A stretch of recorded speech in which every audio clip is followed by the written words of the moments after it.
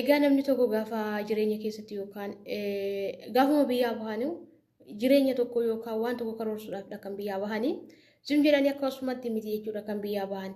Kaayyoo qabuuni namni tokko gola Oromaa keessa dhaabatee rakkatee yookaan dhibbatee gaafa hojii hojjetu boruu itti boqochuudhaaf boruu itti firii gaarii tokko agarsiisuudhaafidha jechuudha. Malee sun jedhanii haadha ofiif abbaa ofiitiif miti haadha ofiif abbaa ofii gargaaruun akkuma jirutti ta'ee jira miti reekaa. Wanti hundumtuu sadarkaa qaba jechuudha. Yoo akkas ta'e malee hin ta'uuni. Egaa harka fuunee shama harka jimma akkam jirtu hordoftoota siifan ginnoo bakka jirtanitti nageenyi baraarra Waaqayyoo isiniif haa baay'atu. Anaa dhufu baga nagaa dhuftan isiniin jechuun jaalladha. Egaa warri mana kanaa haaraa taatan subscribe gochuu hin dagatinaa akkasuma like gochuun jammaraa yaadaa fi qeeqa qabdan koomentii jala nuuf kaasanii jechuun jaalladha. Egaa viidiyoo tokko isiniif qabadhee dhufee jira jechuudha har'a. Innis seenaa buleettii keenya tokko jechuudha dhugaa dubbachuudhaaf baay'ee kan agarsiisee fi baay'ee kan natti dhaga'amedha jechuudha seenaan buleettii keenya kana. Sababni isaayyuu nuti shamarran biyya Arabaa keessa hojjennu yeroo gara biyya kanaa dhufnu kaayyoo manaa baanee fi sababa maaliif akka manaa baanee eessa akka dhaqnu eessatti akka deemnuu fi maalitti immoo akka gallu beekuu nurra jiraata jechuudha. Haga kana hin beeknetti biyya namaa keessa dhaabannee hojjechuu yookaan gola Oromaa keessa dhaabannee hojjechuun ifatamaa lolamaa waan meeqa ta'a kan nuti hojjennu biyya kana keessatti jechuudha. Akka qalbiitti kan hojjetu yookaan akka taphaatti kan hojjetu tasumaan jiraachuu hin danda'u jechuudha. Kanaafiyyuu biyya kanatti hojjechuun keenya maalidha kaayyoon keenya inni guddaan of jijjiiruudhaafidha. Of jijjiiruudhaafidha malee namaaf hojjechuu yookaan haadhaa fi abbaa ofii umurii isaanii guutuu isaan xumuruu mitiini. Isinii galee haadha ofii fi abbaa ofii gargaaruun sirriidha inuma jiraanii garuu jira miti reega ofii keessa of fayyadee haadha kee fi abbaa kee isaan fayyadee boru isaan irraa ba'aa tokko buusuufidha jechuudha kaayyoon keenya inni guddaan. Egaa obboleettiin keenya kun maal taateetiin abbaatiif irratti dabarsitee turte jechuudha obboleettiin baay'een keessan dhaga'uu dandeessu. Waggaa majammaraa gara biyya Beeruut deemte biyya Beeruutitti waggaa 6 kan isheen hojjette jechuudha. Waggaa 6 hojjette keessatti mucattiin kun tasumaa namallee hin barre jechuudha. Tasumaa nama hin barre birrii ishii tokko lama jettee maatii ishiitti ergachaa ni turte jechuudha. Abbaa ishii ijoollee dubarraatii ijoollee 4 yookaan kan haadha ishiitiin garagaraa ijoollee 4 isheetiin qaba jechuudha. Egaa isheenis abbaa ishii kanarratti birrii kana ergachaa turte innis abbaa ishii kun birrii ishiitiin wantoota gurguddaa bibbiteefii ture jechuudha. Yeroo waggaa 6 teessee gara biyyaatti gaafa ishiin galtu wantoota ishiidhaa godhe sun kana kan keeti jedhee waan hundumaa ishiitti agarsiise jechuudha. Ishii yeroo suni daftee otoo Beeruut teessuutiin waan piroosisii jammartee fi wanta ishiidhaaf godhame kan gara maqaa ishiitti isoo hin jijjiirrate maal gooteeni achumaan gara Duubaayitti deemte jechuudha. Piroosisii otoo Duubaayi teessuutii kan ishiin hojjette waan ta'eef jechuudha. Achumaan gara Duubaayitti sokkiteeni. Gaafa ishiin gara Duubaayitti sokkitu yaada saatii ammaa kana dhiira tokkotti yoo seenne dhiira tokko faana gaafa haasofne yookaan dhiira tokko faana yoo haasofne dhiirri suni haala irratti hundaa'ee akkasuma immoo qabeenya xiqqoo irratti hundaa'eetu waan jechuu danda'a. Baay'een namoota amma birrii kee hin fuudhuuni yookaan sitti siqu jaalalaan. Gaafaatti birrii tokko birrii lama hamma argate tokko gaafata isaanii ergite maal godhu yaada isaanii jijjiirrachuu barbaadu. Inni kun immoo unurratti rakkoo guddaa akka fiduu fi dinagdee keenya irratti rakkoo cimaa akka fidudha jechuudha. Bakka jireenya jiraannu kanarratti lafa kanarratti namni haadhaa fi ofii fi abbaa ofii caalaa amanamu tasuma hin jiru. Inni galee haadha ofii fi abbaa ofii caalaa namni amanamu hin jiruuni. Bakka rabbii gadiitti kan amanamu haadha ofii fi abbaa ofiiti. Ani akka kootam akkasitti hin beekan jechuudha. Garuu duratti yeroo wanni jabanni gaarii haati ofii fi abbaan ofii maal godhu akkaati guddatu si daggafu akkaati guddatu akkaati ol jettee isaanii mul'attee maqaa isaanii dhoofsiftu barbaadu. Inni ammaa garuu maaliif akka ta'e hin beeku dhugaa Waaqayyoo dubbachuudhaaf bakka jira mitiiree keessattuu karaadhuma ittiin bakka laabbii kee keessattuu ijoollee shamarran biyya Arabaa. Ijoollee shamarran biyya Arabaa kanarratti karaadhuma ittiin birrii kee nyaatan barbaada bakka maatiin kees alagaan dhiiraas inni atiriyaa kooti jettus inni abbaa manaa kooti jettus bakka hundumtuu rabbi garuu nurraa haa qabu kana hunduma keessatti Waaqayyo bichaan garaa nama haa ilaaluu fi maal eenyutu lafa kanatti akkamitti akka hojjetanii inni qofa yoo ilaale malee baay'ee ulfaataadha. Maaliif namni biyya kana dhufe yookaan jireenya biyya kana namni nama arge nama hubachuu danda'a nama hubata.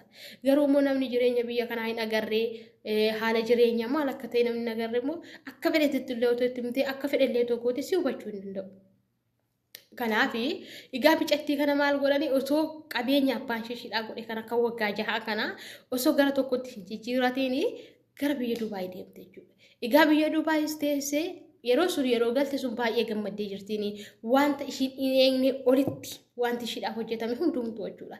Maqaa ishiitti garuu hin jijjiiramne. Sidii galee ishiin obbolaa durbaa sadii qabdi. Obbolaan durbaa sadii fi mucaa dhiiraa tokko qabdi. Mucaa dhiiraa isaanii sun fuudhee magaalaa irraa abbaa qabeenya akkamiiti. Makiinaa bitatee bakka jireenya isa gahee jiraataa jira jechuudha. Akkasuma dubartoonni sun immoo biyya tokko Ameerikaa jirtiin. Tokko immoo biyya Faransaay jirtiin. Ishiidhaan sadaffaadha jechuudha. Namni maatii isaanii gargaaru hin jiru. Maatii isaanii hojjettoota kaalaa fidaniitiin kan maatii isaanii gargaaranii jechuudha. Saniin boodatti egaa waan hunduma kana erga ishiidhaa godhee ergama immoo gara Dubaayitti deebiteeti. Abbaa ishee kan dura isiniin jedhee ijoollee afur kophaa qaba dhiira garagaraa jechuudha iddoo biraarraa. Dhiira afur kophaa qabaani. Saniin booda ijoollee ishii kun obboloonni ishii kun achi taa'anii maatii ishii kanan gargaaru turan. Warroonni haati isaaniif abbaa isaanii tokko kun jechuudha. Garuu immoo ijoollee warra dhiiraa suni abbaani qabeenya godhamu suni ijoollee warra dhiiraa sunitti dabarsee kennaanii ture. Dabarseeti isaanitti kenna ture. Egaa macaarashaa isaarratti maal ta'a? Micattiin kun Duubaay deemtee Duubaay irraa hojjechaa xumurtee hamma ergite kana hundumallee birrii kana birrii tokko tokko keessaan balleessiin itoo waan tokko hin godhin abbaan mashiitti ergaa baate ammas. Isatti ergitee gaafa birrii kana wadeettee waggaa beeruuti waggaa 6 hojjetteetti. Amma immoo Duubaay waggaa 6 hojjettee gaafa ishiin galmaaf kaatu bakka waan hundumtuu ishii ga'e waggaa 12 hojjette waan ta'eef ishii ga'e bakka galuudhaaf kaate. Gaafa ishiin galuudhaaf kaatu waan hunduma sirreeffattee galte gara maatii ishiitti galte. Maatii ishiitti gaafa galtu dhugaa dubbachuudhaaf maatii dhumti kee jechuudha. Maatii dhumti kee osoo ati heerumiin dafqa kee mi'eeffatan taanaan dhugaa rabbii siin uumatti. Waan fedhatoo ta'e akka ati heerumtuun barbaadan. Akka ati isaan xoortu barbaadu. Akka ati isaan xoortu barbaadu malee dhugaa waaqayyo isiniin jedhaani. Maaliifan kana jedhee micoo tokko jechuudha. Biyya keenya jirtiin hin nagaddiini. Baay'ee bareeddi hin nagaddi. Baay'ee nama cimtuudha. Harroota torbaan nagaddi. Harroota torbaan beektu baadiyyaarraa gara magaalaatti. Harroota torbaan micittiin mucaa lammaffaati. Hangafni ishii dhiiradha. Inni baratee barsiisaadhaani. Isheen garuu dubaradha. Lammaffaarratti dhalatteeni. Saniin booda haati ishii xiqqoo dhukkuba qabdiini turte dura. Garuu erga micattiin jabaattee nagaduu kana jammartee harroota wadala kana bitattee harroota akkam akkamii kana bitattee harroota torban nagatte. Harroota torba dhugaa isiniin jedhe. Saniin booda wanta mana kana keessa jiru hunduma mana maatii ishii sirreessitee bakka akka ajaa'ibaatti magaalaarraa lafa bittee mana magaalaatti ijaartee magaalaatti isaan gashiteeni. Gaafa magaalaatti isaan gashitu baadiyyaarraa fuutee jechuudha. Jireenyi baadiyyaa fi jireenyi magaalaa garaagarummaa waan qabu akka baadiyyaa sun ta'uu dide. Didanii gad deebi'aniini. Gaafa isaan didanii gad deebi'anii ishiin immoo isa magaalaa sun ofii ijaarte waan ta'eef nuti hin barbaannu. Isa magaalaatti ofii itti galii. Achitaa hojii kee hojjeta dhodhanii. Ishiin achumarraan isaan ijoolleen kan biraallee jiru isaan achumatti ijoollee isaan biratti galteetu magaalaatti galtee hojii ishiittuma fuufteenii. Isaan gargaarti akka ajaa'ibaatti isaan gargaartiini. Jaarsaaf jaartiin homaan qabatan jaarsaaf jaartii iyyuu hin jedhamanii dhimee isaanii nama waggaa 45-50 kana gidduudha jechuudha. Gaafa kaan maal godhu macarrashaa irratti jechuudha. Saniin boodatti micattii kana waan bareedduuf qabeenyas waan qabduuf hin nagaddu waan ta'eef bakka nama baay'ee cimtuudha jedhamtee waan beekamtuuf naannoo keenyatti micattiin umuriidhaan xiqqoodha. Dhugaa rabbii isiniin jedha. Qabeenyaan eenyuma caalti bakka micatti. Harroota torbaan nagaddechuun baay'eedha. Saniin boodatti inni bareedaan isin ergata waraqata inni fokkisaan isin ergata inni dulloomaan isin ergata inni ijoolleen isin ergata. Dhugaa rabbii isiniin jedhaani. Ji'a 2 keessatti waraqata 40 dhufeeradhaan. Ji'a 2 keessatti. Guyyaadhaa. Namni ishii faana haasa'u hundu. Karaa maatiitiin, karaa firoo maatiin hundumtuu waraqata irratti ergataani. Garuu abbaan ishii du'een asumatti qirxama malee dhiqa. Maaliif hin heerumsiiftuu dhanii itti siqanii gaafa gaafatanii eenyutu na xooraa jedheeni. Kana argitanii kanaaf maal isin jechuun barbaade namni maatiin kee birrii sirraa mi'eeffatan taanaan daa'imas yookaan ala biraa qaban keessaa namni akka keessun isaaniif ta'u hin jiru taanaan akka heerumtu barbaadan. Dhugaadha hin barbaadan. Maaliif akka ati isaan xoortu barbaadu waan ta'eef jechuudha. Egaa saniin boodatti micittiin maal gooti ishiin Dubaay kun gaafa galtee maatii ishee akkuma gaarii ishii simatanii saniin booda akkuma nama tokko gaa'ila dhaabbachuudhaaf gaafa ishiin kaatuuni warri Ameerikaa sun mana qabu gaa'ila qabuuni akkasuma ishii Faransaay illee mana qabdi gaa'ila qabdiini. Yaa haadhumaaf abbaa sunumaaf dawwaluu fi malee akkana qixxee akka ishii kanaa wanta godhan tokko illee hin qabu. Ishiin kun garuu hin ergiti amma kana baaftanii amma kana maal gootanii tokko illee hin jiru jechuudha. Wanta kan gaafattu. Saniin boodatti maal godhuun seetan micittiin namni wayii wal jaalatanii micattii kana faana waraqata ergateen. Gaafa inni waraqata ergatuuni hin heerumtaa jennaa eeyyee nan heerumaa jettee fedha ishiiti. Fedha ishii daangessuu hin danda'an. Gaafa ishiin heerumuudhaaf kaatu waan hunduma sirreeffattee namichi homaa takka hin qabu. Quluuxaadha inni waan tokko. Isaan immoo maatii nama sunii beeku. Osoo akka garaa isaaniiti qabeenya sun kan kooti jettee meeshaa tokko fudhattee akkanumatti heerumtiidha. Ishiin immoo dadhabbii waggaa 12 qabdi waan ta'eef dadhabbii waggaa 12 keessatti immoo irratti boqochuu qabdi. Isinii galee dadhabbii waggaa 12 itti boqochuu waan qabduufu ishiin qabeenya kana fudhadhee naqaa jetti. Isaan fudhattee naqxoodhaan. Amma namichi kuni dhufeeni maatii isaa dhufan jaarsa biyyaa ta'anii jechuudha. Gaafa isaan dhufaniini intalli kennamteetti. Qabeenya irratti garuu akkas jedheen abbaan ishii. Mucoon kuni turtii waggaa 12 turtee qabeenya na biraa qabdi. Garuu waan tokkitti ishiitti kennuu hin danda'u. Hin kennuunis jedhee dubbateeni. Gaafa inni akkas jedhee dubbatuuni maaliifi dadhabbii koo waggaa hamma kanaatti dadhabe waan ta'eef inni yoo qabaachuu baate erga jaalalaan walitti dhufneeti qabeenya koo naaf kenni taatte hin kennuu jedhe abbaan. Kanarra maal gooti miceettiinis baay'ee aartee bakka hundumtu abbaanis baay'ee aareeni.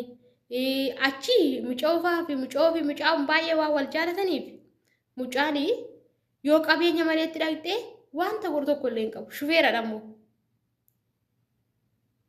Inuma dhiisan talummaa harma ishii malee. Ishiin immoo nama waggaa 12 hojjette waan ta'eef beektu gaa namni keenya ilaalcha akkamii akka namaaf qabu. Nama biraatiin karaa biraa gaa'ilaa dhaabbachuudhaaf carraa ishiin qabdu carraa dhiphaadhaan. Saniin boodatti maal gooti? Maatii ishii kasastee waajjira wanni dhaqxeetti abbaa langaa deemteetti. Gaafa ishii maatii ishii kasastuuni abbaanis haatiis dhaqanii dhiyaatanii. Gaafa dhiyaatanii qabeenya kana biraan qabaa jettee gaafa ishiin dubbattuuni abbaan murtii micattii kanaaf gaafa faraduudhaaf ka'u maal godhu beektanii? Ijoollee dhiiraa 4 qabu sun warra alaa qabu sun wanta dura ishiidhaan bitame sun fuudhee maqaa isaaniitti gittin godhee maqaa isaaniitti jalaa jijjiire hunda ishii. Saniin booda qabeenya na biraan qabdu kunoo kana na biraa qabdi jedhee itti dubbate. Ishiin immoo qabeenya ishii sun kana qaba gaafa ishiin jettuuni qabeenyi kun kan ishii miti. Qabeenyi kun kan isaanii ta'e ijoollee sun arfanuu qabeenyu abbaa qabeenyummaa sun ta'uu isaanii dhufanii ragaa irratti bahanii. Gaafa isaan ragaa irratti bahanii micattiin maraattee akkatti ishiin boosu dhugaa waaqayyo isiniin jedha. Maraattee isinii galee baay'ee tokko dhiphatte. Saniin boodatti birrii waggaa 12 hojjettee birrii 400 manni murtii ishiidhaan murteesse dhaqxee maal goote mucaa sun itti heerumte birrii 400 sun fudhatte. Birrii 400 sun hin hojjette garuu baruma kee keessattuu ati namatti hin dabiin malee dhugaa rabbii isiniin jedha namatti hin dabiin malee tasumaa yoo jechuudha waan tokko ta'uu hin dandeessu. Haadha ishii abbaa ishiitti dadhabootadha gargaaraa turteeni homaa isaanitti dabde garuu micattiin suni booda jijjiirama guddaa agarsiifteeni. Waggaa 2 keessatti mana Addis Ababaa irraa bitattee jireenya ishii fooyyeffattee bakka jireenya namni tokko jiraachuu malu jiraatte. Agaarraa garuu haadha ishii abbaa ishii dubbiftu. Isinii galee. Innaa kanarraa maal hubannaa? Haati keenya nuti shamarran biyya Arabaa haati keenyaaf abbaan keenya iyyuu amanaman nuuf. Haati keenyaaf abbaan keenya amanaman kanaaf of eeggadhaa isin jechuun barbaada. Bisaatiin kodhumeera viidichi waan dheeratuufu paartii biraatiin illee isinitti deemuun barbaada. Agasitti immoo nagaan naa turaa waan dhaggeeffattaniif galatooma. Bye bye.